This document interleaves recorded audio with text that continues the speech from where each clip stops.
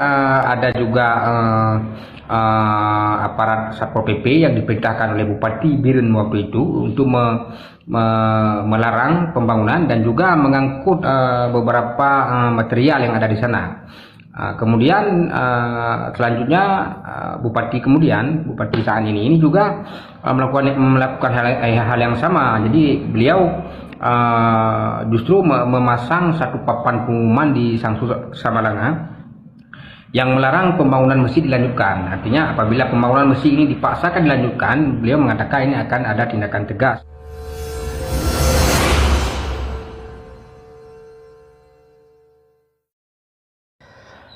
Assalamualaikum warahmatullahi wabarakatuh, teman-teman Sapas dimanapun kalian berada. Jumpa lagi dengan Sapas. Alhamdulillahirrabbilalamin. Allahumma sholli ala Muhammad wa ala Muhammad. Teman-teman yang dimuliakan Allah Subhanahu wa Ta'ala, jumpa lagi dengan Sapas. Pada kesempatan kali ini kita akan membahas kita akan membahas fenomena yang terjadi di Aceh. Dan teman-teman yang dimuliakan Allah Subhanahu wa Ta'ala, terkait dengan larangan pembangunan masjid, larangan renovasi masjid, ini menjadi polemik bagi masyarakat Indonesia ya. Terutama di daerah-daerah yang mengklaim bahwa sebuah organisasi mayoritas. Teman-teman yang dimuliakan Allah Subhanahu wa Ta'ala. Di sini sebenarnya kita kalau ingin mengambil cara berpikir yang sehat adalah bagaimana menerapkan keberagaman dengan baik gitu ya. Padahal kan kita teman-teman yang dimuliakan Allah Subhanahu wa Ta'ala, Islam itu ya Islam gitu. Selama rukun Islamnya 5, rukun imannya 6, tidak menyembah yang lain, tapi mengatasnamakan Islam, berarti ya tetap Islam gitu ya. Kalaupun di masyarakat kita ada orang-orang yang berbeda pandangan terhadap amalan, itu hal yang biasa. Tapi akan menjadi kerdil, menjadi tidak dewasa, atau menjadi orang yang tidak toleransi manakala memaksakan sebuah kehendak. Nah, seperti yang terjadi di Aceh ini, kalau bagi saya dilihat atau dianalisis dari sisi kemanusiaan, ini adalah tindak ekstrim sebuah organisasi memaksakan kehendak atas kebenaran hanya diklaim pada kelompok itu sendiri. Jadi teman-teman yang dimuliakan Allah Subhanahu wa Ta'ala, kita akan mereaction video Bapak nama beliau adalah Pak Khairil Mizwar ya. Beliau itu aktif di TikTok. Sapas lihat beberapa waktu, terus Sapas komen, kemudian Sapas tanya tentang pelarangan pembangunan Masjid Muhammadiyah sejak tahun 2016. Nah, bahkan yang lebih parah lagi, dulu tuh pernah katanya sudah ada ya kayak mediasi tapi nggak ketemu jalan keluar. Sampai sekarang ini juga pihak bupati dan pemerintah setempat juga belum menemukan titik terang gitu ya. Yang lebih miris lagi, barang-barang yang ada di sekitar pembangunan itu diambil. Ya, wallahu alam teman-teman yang dimuliakan Allah Subhanahu wa Ta'ala. Kita langsung dengarkan ya suara Pak Mizwar ini. Oke, kita dengarkan. Terkait pelarangan pembangunan Masjid Muhammadiyah di Sangsu Samalanga, ada pertanyaan begini. Oke teman-teman, kita lanjut. Karena ada suara musik ya, dikhawatirkan mengganggu mengganggu konten kita. Kita akan lanjutkan di beberapa part ya yang tidak ada musiknya. Yang seperti berkembang di Aceh. Jadi bisa saja perbedaan penerjemahan ataupun interpretasi terhadap agama ini ataupun terhadap teks agama yang terjadi antara komunitasnya ya yang ada di Samalanga dan juga dengan Muhammadiyah, di mana keduanya memiliki pemikiran keagamaan yang berbeda. Bisa saja ini menjadi salah satu alasan yang menyebabkan oknum-oknum ataupun sekelompok orang di Samalanga ini kemudian melakukan pelarangan pembangunan Masjid Muhammadiyah, karena ditakutkan apabila nanti di sana berdiri Masjid Muhammadiyah, tentunya akan ada pengajian Muhammadiyah, akan ada khutbah Jumat ala Muhammadiyah dan sebagainya. Teman-teman yang dimuliakan Allah Subhanahu wa Ta'ala, perlu kita garis bawahi ya, Muhammadiyah itu adalah organisasi resmi dan legal, serta Muhammadiyah merupakan organisasi terbesar di Indonesia ya. yang memberikan kontribusi yang paling banyak sekali. Kalau bagi saya tuh, kalau dilihat dari fakta realita, organisasi Muhammadiyah itu tuh adalah organisasi yang mandiri, yang nggak ngemis ke pemerintah. Kayak bangunan untuk sekolah. Saya lihat di berbagai daerah itu tuh mesti ada sekolah Muhammadiyah gitu. Maupun SD, TK, SMP, SMA, ataupun kuliah, universitas gitu ya. Mesti ada teman-teman yang dimuliakan Allah Subhanahu wa Ta'ala.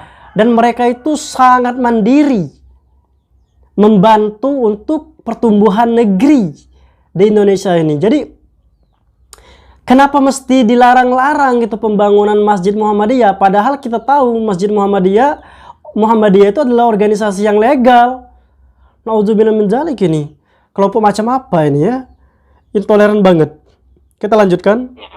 Artinya mungkin saja ada ketakutan dari orang-orang, mohon maaf, teman-teman kita yang di daerah di Samalanga, ada ketakutan bahwa nanti Muhammadiyah ini akan mengembangkan pengaruh pemikiran keagamaannya di wilayah Samalanga, sehingga Samalanga yang dulunya identik sebagai basis santri ataupun basis daerah di Aceh ini menjadi berkurang karena sudah berkembang pemikiran keagamaan yang dikembangkan oleh Muhammadiyah. Jadi saya pikir hal ini bisa saja terjadi. Artinya ada ketakutan dari kelompok ini, kelompok daya terhadap. Oke. Jadi intinya teman-teman sama aja dengan pembubaran kajian, pelarangan masjid. Intinya adalah dikhawatirkan banyak orang-orang yang terpapar pemahaman Muhammadiyah atau pemahaman kayak kemarin penolakan kajian Ustadz Khalid Basalamah di Lubuk Linggau gitu kan, dikhawatirkan terpapar pemahaman beliau. Padahal faktanya realita kalau orang cerdas ya, kalau orang cerdas dan membuka pikiran dengan wawasan informatif ya, wawasan yang berisi informasi yang lugas maksudnya ya, orang-orang itu sudah pintar untuk memilih, untuk menganalisa, untuk mencerna, itu udah pintar orang-orang zaman sekarang. Nggak usah ditakut-takutin, oh ini pemahamannya melenceng, oh ini pemahamannya menyimpang. Nggak usah ditakut-takutin kayak gitu. Silakan bebaskan orang-orang berpikir dan memilih gitu ya. Karena teman-teman yang dimuliakan Allah Subhanahu wa Ta'ala, sebuah ajaran yang benar akan sinkron, akan terkoneksi dengan fitrahnya manusia. Jadi manusia itu tuh secara tidak langsung otomatis akan mencari kebenaran gitu. Nah, kalau seumpamanya organisasi Muhammadiyah adalah organisasi yang legal dan tidak ada fatwa ulama tentang kesesatan atau penyimpangan Muhammadiyah, kok bisa-bisanya ada sekelompok orang yang mengatasnamakan masyarakat kemudian menghalang-halangi pembangunan Masjid Muhammadiyah? Kan aneh banget. Kalau dilihat dari sikap sih ini musuh Islam, bukan musuh organisasi gitu. Musuh Islam, teman-teman yang dimuliakan Allah Subhanahu wa Ta'ala. Oke, kita lanjutkan teman-teman. Kelompok daya terhadap pemikiran-pemikiran yang nantinya mungkin akan dikembangkan oleh Muhammadiyah di Samalanga, sehingga muncullah ataupun hal ini mendorong aksi pelarangan pembangunan masjid di sana. Kemudian kalau kita lihat secara sosiologis lah kita sebut ya. Jadi kita tahu bahwa wilayah Samalanga ini memang wilayah yang memang bisa dikatakan agak sedikit dia punya kekhususan tersendiri ya. Karena di sana banyak sekali daya, banyak sekali tokoh-tokoh agama yang berasal dari daya. Jadi bisa saja ini ya, ada ketakutan. Jadi ketika nanti masjid diulang-ulang terus ya, ketakutan. Teman-teman yang dimuliakan Allah Subhanahu wa Ta'ala, rata-rata yang dimunculkan itu ketakutan apa sih? Mau Muhammadiyah, mau Salafi, apa sih yang harus ditakutkan gitu ya? Kalaupun ajaran yang dibawa oleh sekelompok orang ya itu benar ya, kenapa harus takut? Bentengnya kan kuat, kebenaran gitu ya. Nauzubillah min dzalik, teman-teman yang dimuliakan Allah Subhanahu wa Ta'ala. Kok bisa-bisanya sesama warga Indonesia, sesama bangsa Indonesia melarang saudaranya membangun masjid? Yang lebih miris sekali yang terjadi di Bogor, teman-teman yang dimuliakan Allah Subhanahu wa Ta'ala. Bayangkan dosa orang-orang yang menghalangi renovasi atau pembangunan masjid sehingga ditutup masjid itu. Bayangkan, kalau dalam 10 tahun sebelumnya orang-orang sujud setiap azan, datang sholat, kemudian di stop semua itu, bayangkan banyaknya dosa yang ditanggung dan pertanggungjawaban di hadapan Allah Subhanahu wa taala kelak bagi orang-orang yang menghalangi pembangunan masjid.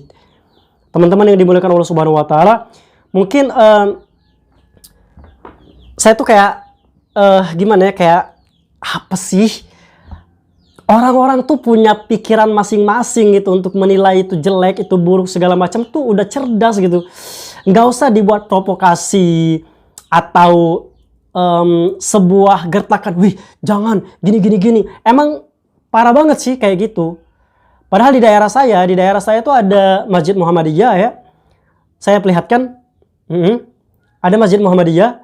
Di daerah saya tuh ada Masjid Muhammadiyah yang ketika dulu waktu saya masih ikut orang tua sholat di Masjid NU gitu kan, nggak ada kayak ini nggak boleh, itu nggak boleh, nggak ada. Malah tokoh-tokoh agama yang di daerah saya itu malah kalau kamu milih Muhammadiyah silakan, kalau kamu milih NU silakan.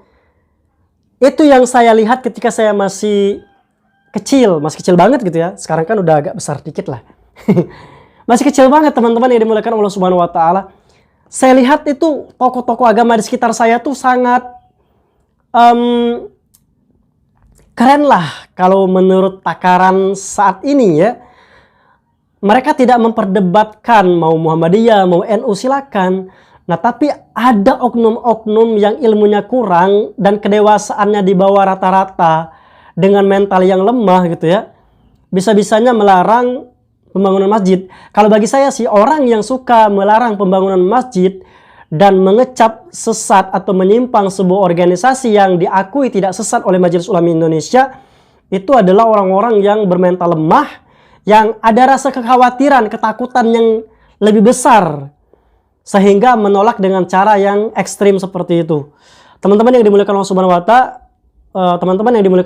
wa taala, jadi semakin lama, semakin maju perkembangan zaman, tetapi tidak menutup kemungkinan akan ada orang-orang yang bermental lemah, bermental pesimis gitu ya, khawatir, takut, nanti ajarannya gini-gini, nanti banyak pindah ke sini-sini, orang akan gini. Na'udzubillah min dzalik. Hidayah itu milik Allah Subhanahu wa taala, tidak bisa memaksakan dengan ikut sebuah organisasi manapun. Dan Islam itu Islam, organisasi-organisasi, teman-teman yang dimuliakan Allah Subhanahu wa taala. Jadi kalau sebuah organisasi melarang organisasi yang lain untuk mendirikan tempat ibadah, ini menunjukkan ketidakdewasaan sebuah atau sekelompok orang. Bahkan yang sangat miris, tokoh agamanya ikut-ikutan. Atau memang tokoh agama yang memprovokasi masyarakat setempat sehingga terjadilah reaksi semacam itu. Tapi terlepas dari itu semua teman-teman yang dimuliakan Allah Subhanahu wa taala, saya Sapas melalui channel ini mengajak kepada kalian semuanya, marilah berpikir cerdas, dewasa, dan kalian tulis kata-kata saya. Kebenaran semakin kuat dihalangi, maka arusnya akan semakin deras, sehingga orang-orang semakin terhanyut di dalam kebenaran itu. Akhirnya ya banyak ikut, dan ini adalah fakta realita. Teman-teman, cukup sekian Sapas undur diri, kita ketemu di video selanjutnya. Apapun yang terjadi di media sosial, kalian tetap positive thinking, menjadi orang yang baik dan benar sesuai dengan Al-Quran dan Sunnah. Assalamualaikum warahmatullahi wabarakatuh. Teman-teman, jangan lupa dukung channel ini dengan cara subscribe dan nyalakan notifikasi. Terima kasih. Dumtum bi khair.